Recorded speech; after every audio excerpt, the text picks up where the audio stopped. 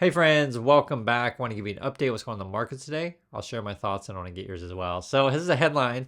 Boeing proposes 35% wage hike in new bid to end lengthy strike. So the Boeing workers have been on strike for about a month, I believe. There's 33,000 workers, and essentially they're going to get a 35. Well, if they take the deal, they'll get a 35% raise over 4 years. There's also a annual bonus of up to 4%, and then I guess if they sign and agree and they vote on October 23rd, so this week, it'll be another $7,000 signing bonus. There's a couple things though that I want to sort of really emphasize when we talk about this is some of the workers wanted to have a pension, and I guess that's just not on the table anymore. There are very, very few workers out there these days, and I've seen numbers on this. I've showed on the channel. There's just not many workers that get a pension. And if you're on a pension, please let me know. I'd just be curious what industry, which company. The other issue as well is that essentially you got to take care of yourself, right? This is why we talk about this all the time on the channel, be it money, investing, retiring, savings. And I know if you're in your, say your 20s or 30s, you're like, retiring, what are you talking about? That's like, 40, 50 years from now. That's crazy. But the earlier that you start and the more money you start socking away, the better off you're going to be, especially the way that today's world is. So, for example, in the Boeing deal, part of the deal, again, if they take it, is that Boeing will do 401k matching up to 8%. So that's actually not bad. I did a quick Google on the internet, and they were saying like average companies is like 4 to 6% 401k matching. And guys, please let me know the company that you work in. What's the percentage? I'm just curious. 8% sounded pretty reasonable to me, or I mean, on the good side. But I'll be curious if there's any companies out there that do like 10, 12%. I don't know. You guys can let me know. But at least according to a quick Google search, it said average is 4 to 6%, and Boeing's offering 8%. And then the other issue is, I guess, if the workers sign the deal, they'll get a 5,000 contribution into their 401k also. Essentially, again, you got to take care of yourself because the future is uncertain. I mean, it's all up to you. This came out today also. I'll read the headline. It says, U.S. interest burden hits 28-year high, escalating political risk, right? So basically just servicing the national debt, right? It's a large portion of the federal budget. Now, there's a couple things I want to mention with this. There was and I'll show you guys some charts here, but there was a key line here that really caught my attention. It has to do with discretionary spending. I know that a lot of people out there is like, oh, government just wastes tons of money, and particularly Elon Musk likes to say that, but it's not as cut and dry as that. And let me read the details of this one. It says here, back in the 1960s, discretionary spending made up about 70% of the federal total. Talking about again the budget, but now the ratio is just 30%, according to analysis by Torsten Slok, chief economist at Apollo Global Management. Just want to tell you sort of where that is. So that means like even if you're wanted to cut as much as you possibly can, like it's not like you can cut everything, right? There's just a bunch of commitments that the government has. If you take a look at what is our budget here, and I'll show you guys a couple numbers here. So first you have the interest, right? This is in 2024, and we'll compare the 2034 numbers. So in 10 years, that's where our interest is. You got Social Security, Medicare, you got Medicaid, a lot of these, right? Social Security, so Medicare, Medicaid, like this is basically, we're talking about taking care of old people. And the amount of old people that is in the USA, right, the percentage of the population keeps going up. This is not just a problem in the USA, it's a problem worldwide. Essentially, you had a lot of, people have a bunch of kids after the World War II. You guys know this, the baby boomers. And then they were having less kids, and then those kids were having less kids. And it's just, you have a lot more old people living longer.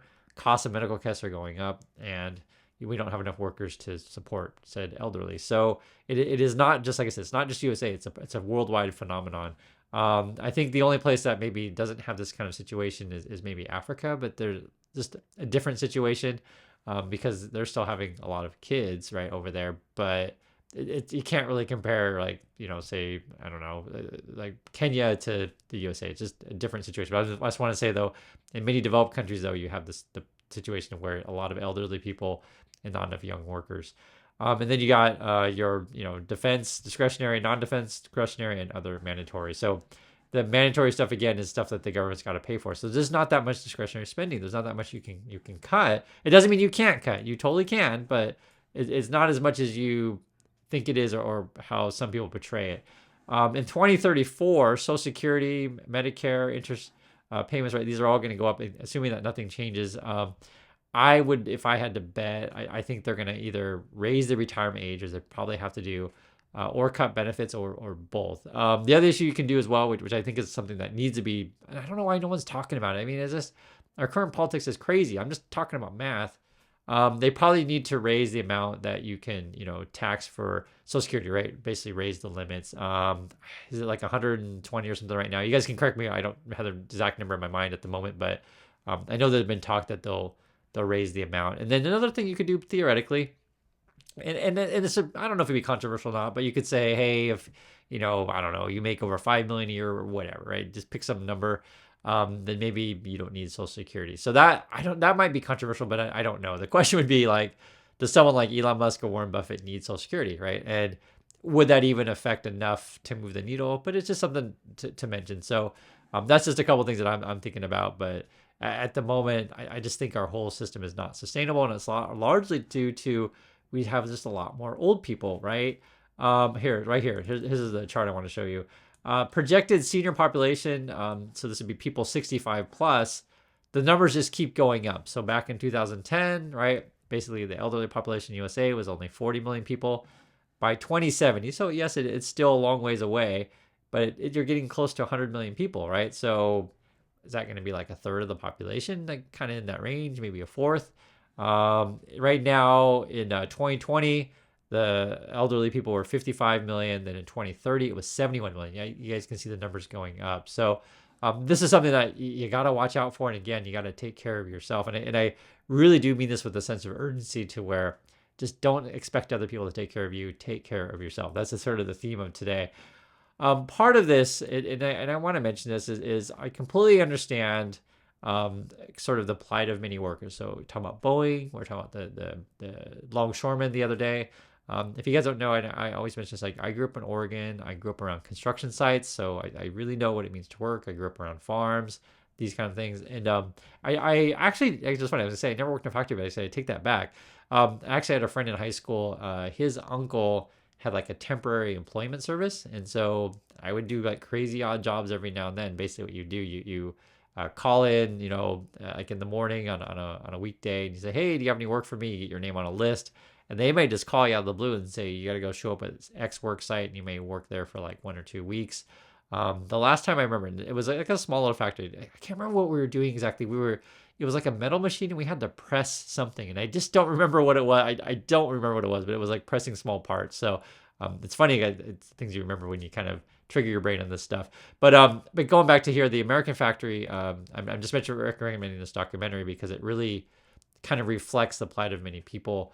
You have a lot of workers that are, say, 40, 50, maybe even 60, and their work may be moving, either to automation, right? So robots are replacing your jobs, or the industry as a whole is slowing, so there's just no work, or jobs could be overseas, right? Or they're just cutting back entirely, right? Maybe they close the factory, that kind of stuff. There's any number of things that can happen, or they move it to another state or whatever.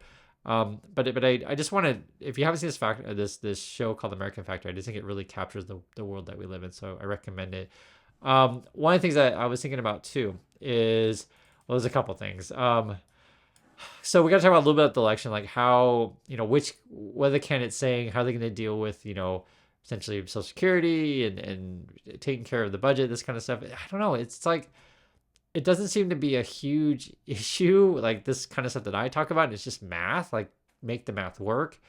On the Trump side, and I'm showing you a picture of him. He had this weird microphone problem in Detroit, and he's like wandering around stage for 20 minutes. You can find the video. It's kind of strange, but that's how Trump is. But he's like, yo, my solution is I'm going to cut taxes on businesses. I'm going to cut taxes on rich people, and that's going to get economic activity going. It's, the Reagan kind of stuff, the trickle down economics. If you believe in that, I'll let you guys be the judge. My opinion on this stuff is taxes are relatively low on say businesses. I looked at the chart before. It's like when you compare it to other countries around the world in the OECD, we're kind of right there in the middle. So we're not really like crazy high. We're not really like crazy low, but he wants to go even lower. So the argument would be it spurs on economic activity and y'all benefit. So maybe, I say maybe.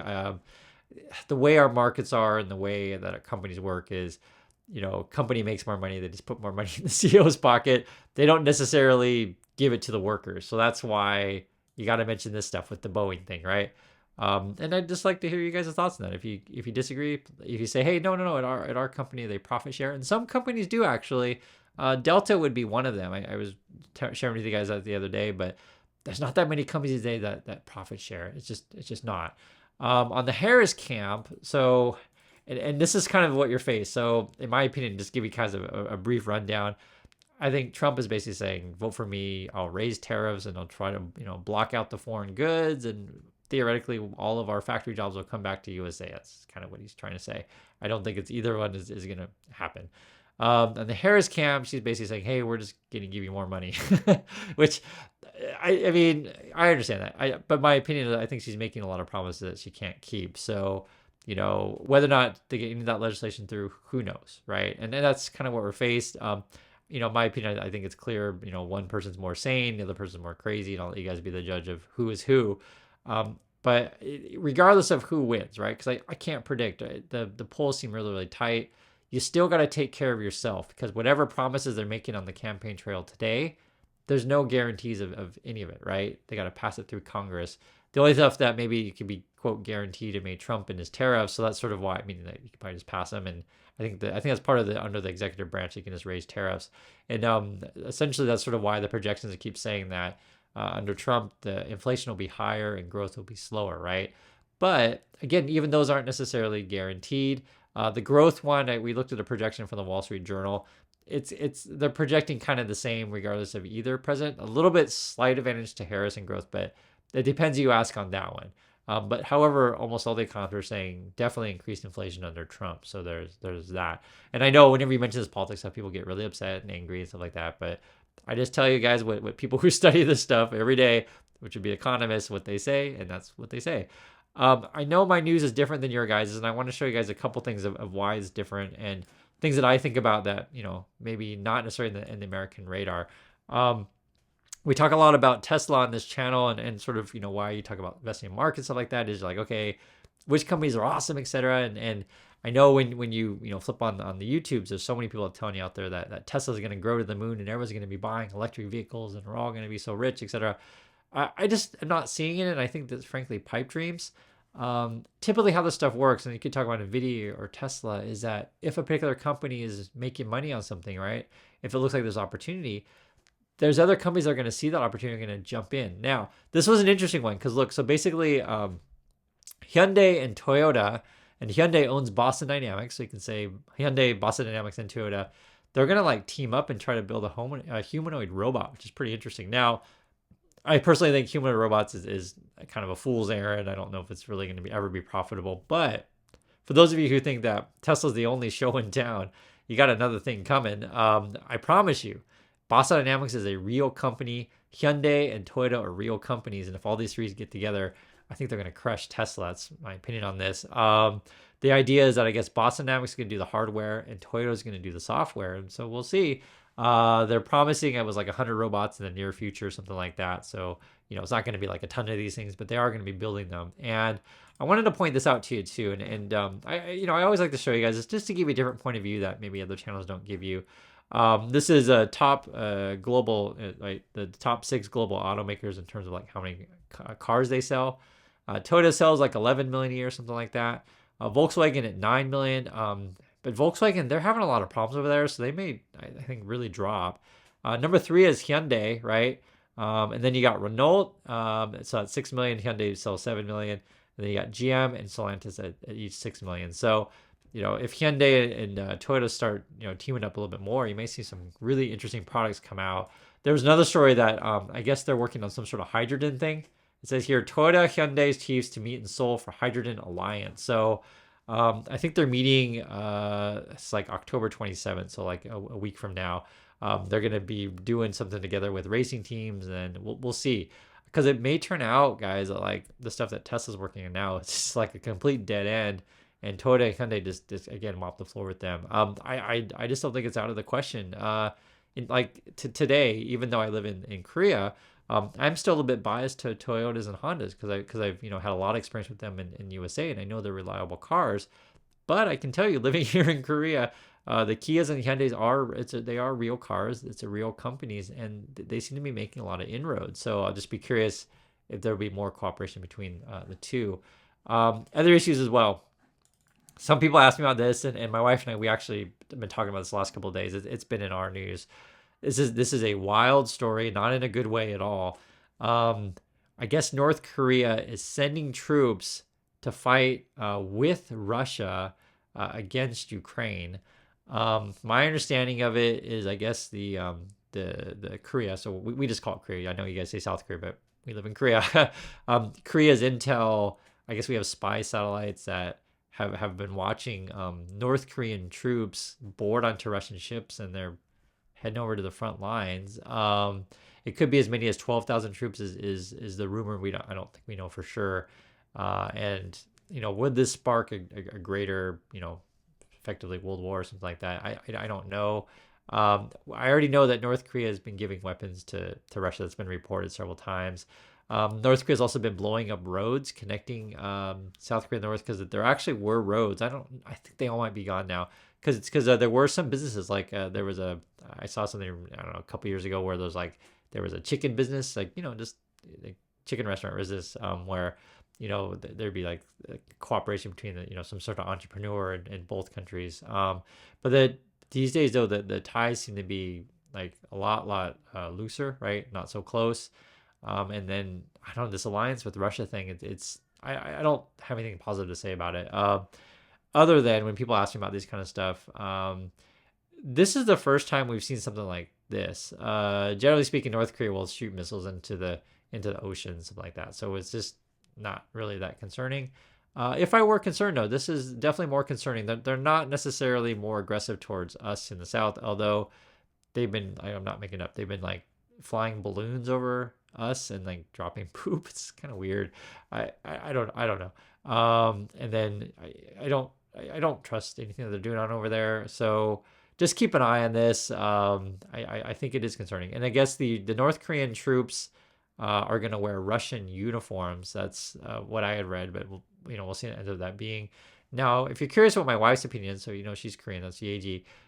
She thinks some of the North Korean troops might just run away. So that's certainly a possibility. I mean, from a North, just if you're North Korean and someone says you got to go fight someone in Ukraine, it's like you have no business fighting anyone anywhere. Like it's like, why am I gonna go fight people that I don't even know, right? And that's like but I've read a couple reports of like these might be more special forces, so like more dedicated troops, so they might. But my wife isn't crazy. She might have heard that in more of the South Korean news, where theoretically the North Korean troops could run away, because you could, right? You could just defect basically, and you could either come here, because if they do want to come here, like we do offer asylum in Korea.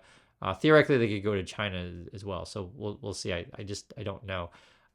But this is sort of like, and I'm bringing this stuff up. This is sort of, I don't. How can I say it? When I do news every day, the best way to describe it is I just want you to be prepared, not scared, right?